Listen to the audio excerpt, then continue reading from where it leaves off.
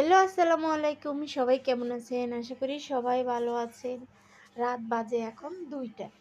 আমি রান্না করতে চলে আসলাম। কারণ আমি সকালে ঘুম থেকে উঠতে অনেক দেরি হয়ে যায়। প্রায় দুপুর হয়ে যায়। আজকে প্রায় ১ সপ্তাহ ২ সপ্তাহ থেকে আমরা আজানের টাইমে দুপুরবেলায় ঘুম থেকে উঠি। তো কি করব? মেয়ে তো ৩টা ৪টা বাজে ঘুমাইতে যায়। তার সাথে, সাথে খেলতে হয়।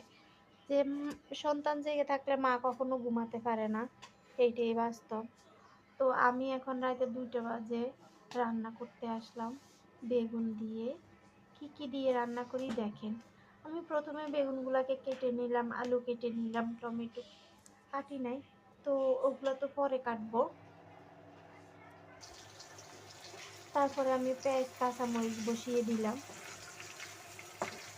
মাছ দিয়ে রান্না করব যেহেতু বেগুন, আলু, মাছ এটা একটা খুব জনপ্রিয় খাবার। জনপ্রিয় রেসিপি বাঙালি মানুষেরা সবসময়। আমি এখানে আদা রসুন একসাথে পেস্ট করে নিয়েছি, সেই সাথে পেঁয়াজ কাঁচামরিচ ভালো করে ভেজে নিব। এরপরে একটু পানি দিয়ে দিব। এই যে এখানে আমি হলুদ লবণ মরিচ দিয়ে দিলাম, এখন একটু পানি দিয়ে দিব।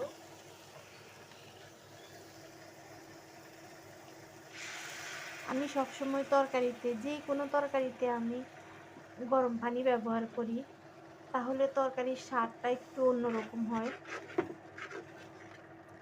আমি এখানে কষানোর জন্য আরেকটু পানি দিয়ে দিব।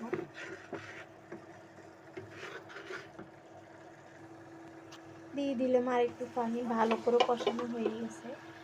ভালো করে কষানো হওয়ার পরে তেলগুলো যখন উঠে আসবে, তখন আমি এখানে মাছ দিয়ে দিব।